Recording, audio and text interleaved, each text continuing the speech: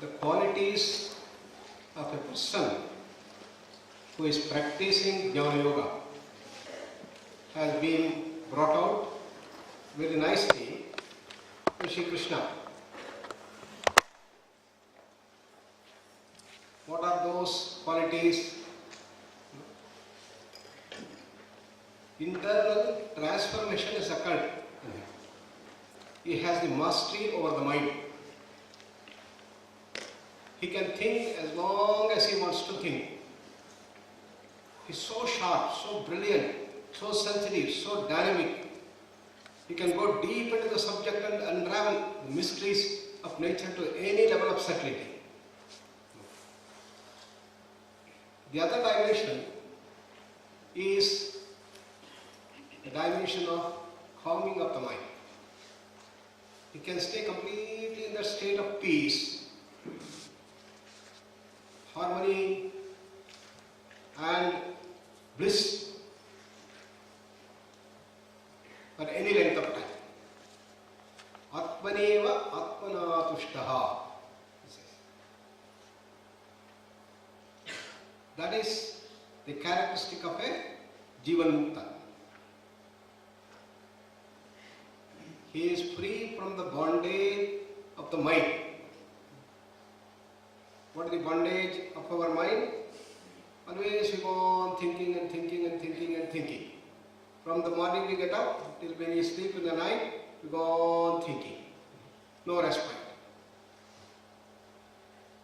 There is a Sthita Prajna, a Jivan Mukta, has that complete mastery and freedom. What is the result of this mastery? Dukkheshu anudvignamanaha sukheshu vigataspruha. He says that he is free from the bondage of the duplixities of life.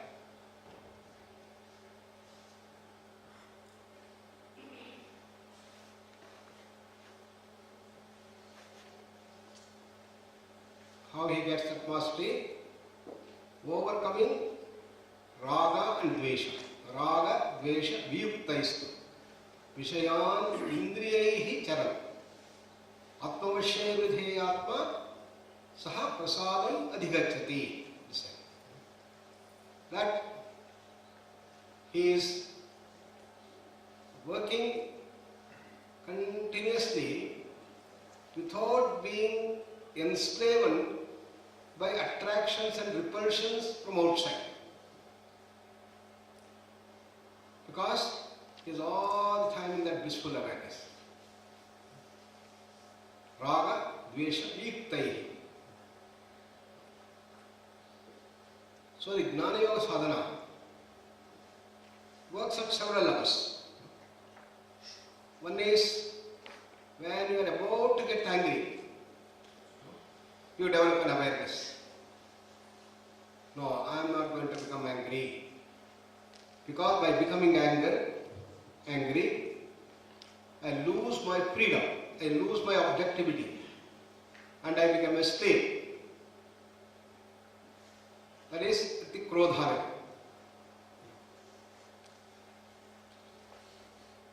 Because krodha bhavati samoha, samoha is priti viprama. Cut at that level. If you can do that even earlier, what is the root cause for that krodha? Yata vishampada sangahateshupada sangat sanjayate kama kamat krodho vijayate. The kama, the desire. When the desires are coming, there itself you cut. I will not get into that chakravyuha of the desires, which turns itself into greed and leads to krodha, anger. You can cut it. Still you become more subtle. What is the root cause for the desire? Sangha, attachment. There itself you cut. Sangat sanjayate kama. Therefore, at the sangha level itself, attachment level itself, you cut. And they say, oh, my my mind is getting attached. Attached. At that time, there itself you cut. I am not going to get attached. Even earlier, it says, what is the root cause for this attachment? Dhyayato vishayan punsaha. Thinking of the event or a particular thing again and again. There itself you cut. So when you are doing meditation, a thought comes and the thought gets repeated and you develop an attachment. So you don't allow that mind to get lost in that repetition of thoughts. That's what I say. So the sadhana is to work at different levels. And what is the result of that? Mastery over the senses, bliss is the result. So I become completely objective. That is a beautiful verse that we see here. Dukkheshu anudvignamanaha sukheshu vigataspruha vita raga bhaya krodha stitadihi iti munihi uchyate. Such a person is called, who has got freedom from all these bondages, practice of equanimity, the states of misery and happiness. We all encounter misery and happiness. Sometimes we are very happy, sometimes we are miserable. What should happen? You are equal. In all these things, you maintain equanimity. Samatvam yoga uchyate. And this leads to the mastery over the senses. What is the result of that? Fear, greed, anger, miserliness. All these things will go away. The most important is the fear. The characteristic of the Sthita Prajna is that he is fearless. Under any circumstances. Remember that story of that Muni, and Alexander comes and shows his sword. Next moment his head will be down. Then what does the Muni tell him? Oh, I thought you were a wise man. Now I know you are an ignorant fool. You are a murkha. Why? You can kill me? Impossible. You can't kill me. Because I am not just this body. I am that all-pervasive reality. So the fear will go. If the fear goes, fantastic things happen in life. Because fear is the root cause. Therefore, when fear has gone, you have reached the Gnanasthiti. Abhayam vai Janaka praptosi. Janaka is declared as a Gnani by his Guru, Yagnavalkya. Yagnavalkya says, Janaka, you have reached the Gnana because you have become fearless. How he says that? Normally, Janaka used to have very huge conferences where lakhs of people would come from all over the world. And all these people are taken care of. And they used to have all discussions, lectures, and question and answers and others. So in one such conference, Janaka says, okay, those who claim themselves to have reached that state of Gnanasthiti, who is a Brahmagnani, I will give about 1,000 cows with all their horns crowded with horn, with beautiful gold. Very rich thing. So please come forward. Who is the biggest of the Brahmagnanis?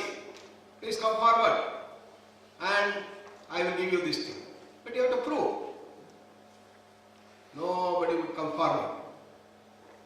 Then, since nobody is coming, Yagnavalkya slowly gets up and then comes and tells his disciples, okay, please take all these cows to my ashram, he says.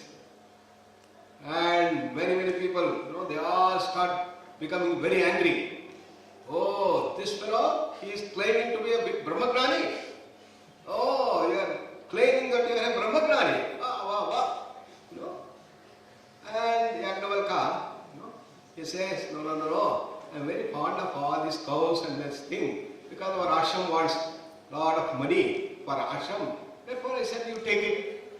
But if you have some questions, you ask. He said. Then one after another, questions pour from all sides. From the Annamaya Kosha level, Pranamaya Kosha level, Manomaya Kosha, Vijnanamaya Kosha level. All these questions, one by one, people are asking.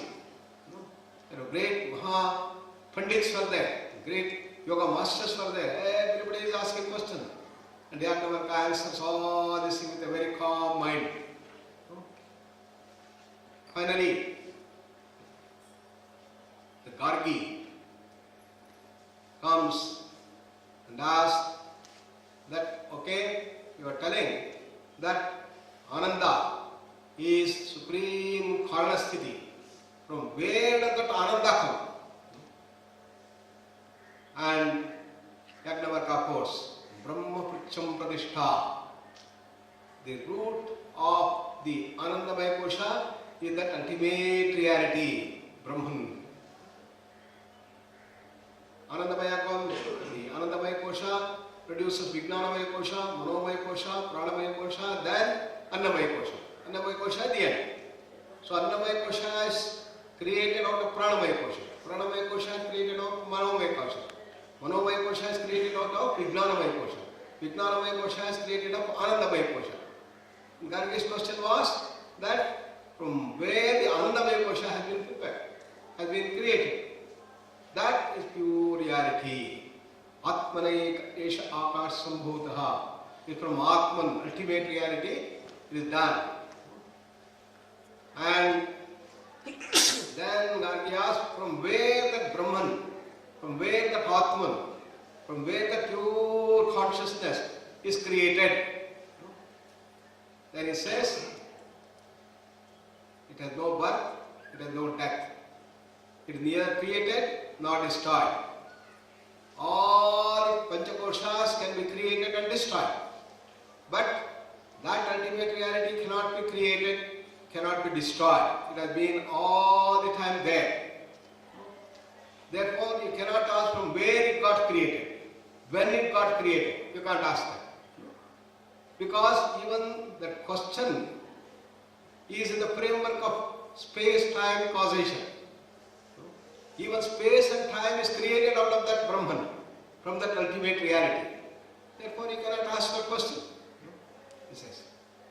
Then Gargi says, yes, now I declare that Yagnavalkya is the Paramagnani, Brahmagnani, and nobody else can win over him in any question. She declares. That was the level of great Gargi. Then there was one very naughty person, very haughty person, very egoistic person, who thought that I am a great yogi, a great gnani, he was thinking. Then he starts questioning. Now Yagnavalkya, I am going to ask a question. What is the question? From where all the Devadevatas come from? From where all these devas and pishachas come from? He says it's all in the Manomaya Kosha, and they all are born out of the Vijnanamaya Kosha. He says. Okay, Vijnanamaya Kosha, from where it comes? Anandamaya Kosha, from where it comes? Already have answered you. It is from the pure reality, the whole Panchakosha comes up. Okay, from where that Atman comes, from where that Brahman comes, from where the ultimate reality comes. Did you not hear my answer? Gargi also asked the same question. And there is nothing from where it can come, because there is no birth, there is no death. There is Anandamaya Kosha, Vijnanamaya Kosha, Manomaya Kosha, Pranamaya Kosha, Annamaya Kosha. They all come and go, come and go, come and go. Therefore, there can be a thing from where it comes. But here, ultimate reality has no birth, has no death. It is beyond space-time causation.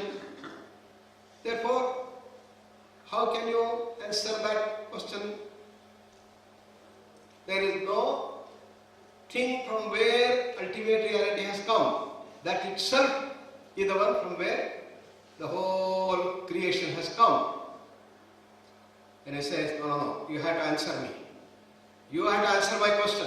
You have to tell me from where that has come. You know? Then Yajnavalkya asks, okay, now you are defining a thing and you are going against your own assumption. It is something like asking, please show me the husband of a widow. She is a widow and I want that you should show me the husband of the widow. Can you show? Why? Because when you say widow, you have assumed that the lady does not have a husband. Now we are asking from where? Asking to show the husband. That means your question itself is wrong. Because you make an assumption which you have assumed correct, and then you are questioning that assumption itself. So, if you can show the husband of a widow, I can show the origin of the ultimate reality, Yajnavalkya said.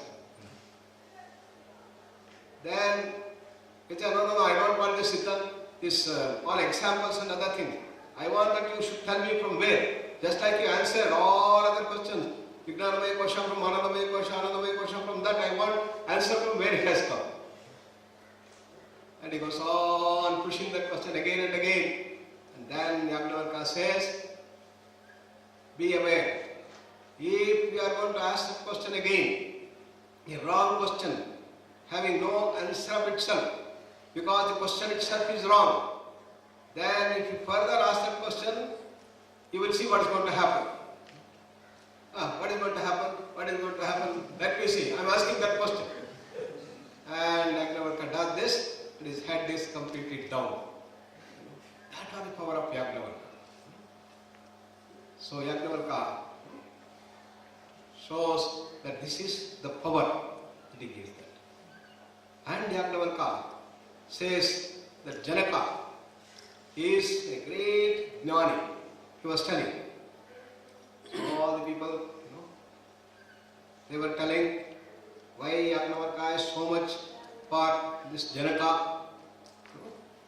How can he say that he is a Gnani?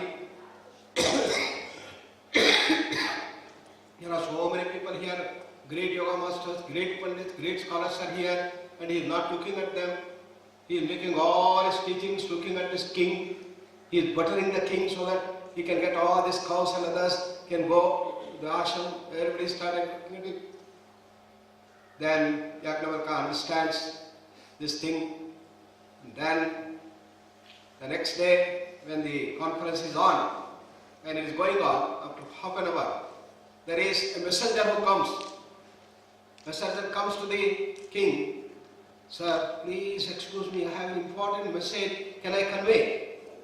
Janaka says, okay, go ahead, tell.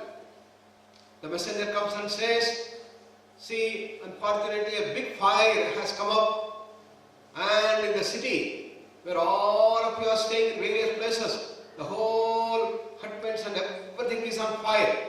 We are making all efforts to quench it. Hearing that, all people who were staying in the conference ran helter and skelter, and they started going and seeing how they can do quenching. And they made all the efforts and things were burnt or brought back within the next day, putting all the soldiers and others, they did that. Therefore, that day's conference has to be cancelled because nobody was there. And again, next morning, they all came back, conference started again, and after about 1.5 hours, again the messenger comes. Oh king, I am so sorry, I am bringing another bad news today. Can I tell?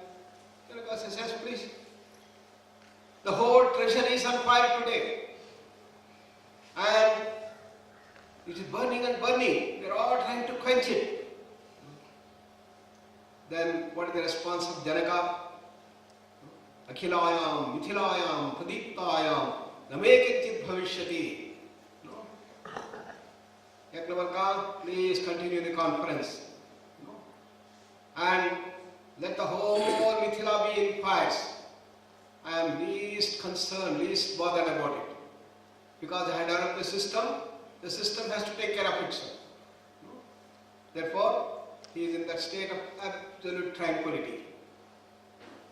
And then, in a short while, the whole thing was quenched.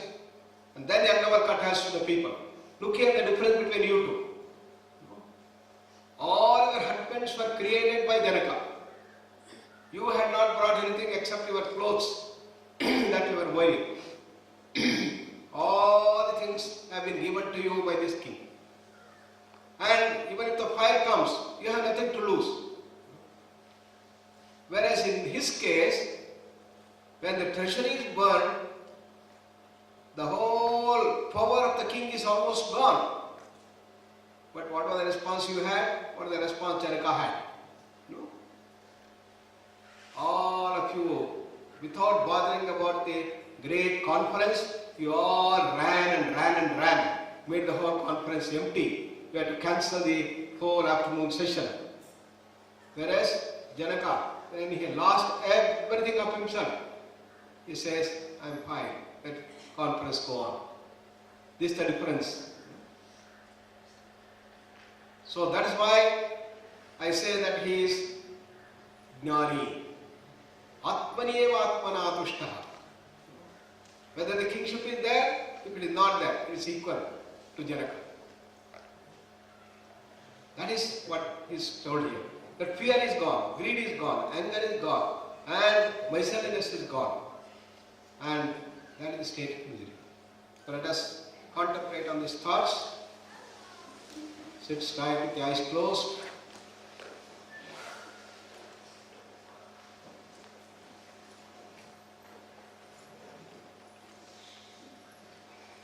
Relax all parts of the body from toes to head. Beautiful smile on the face.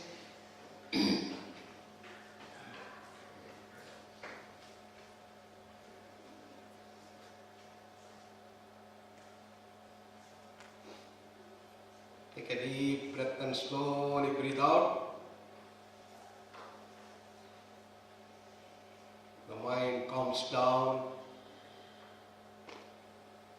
Search the root of thoughts, from where each thought comes out.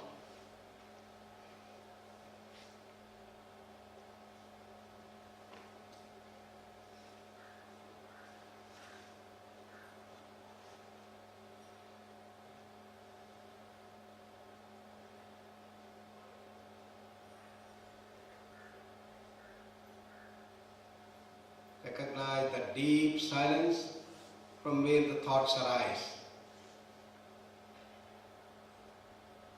If silence is there, will be there, was there. From the field of silence comes up the thoughts and goes back.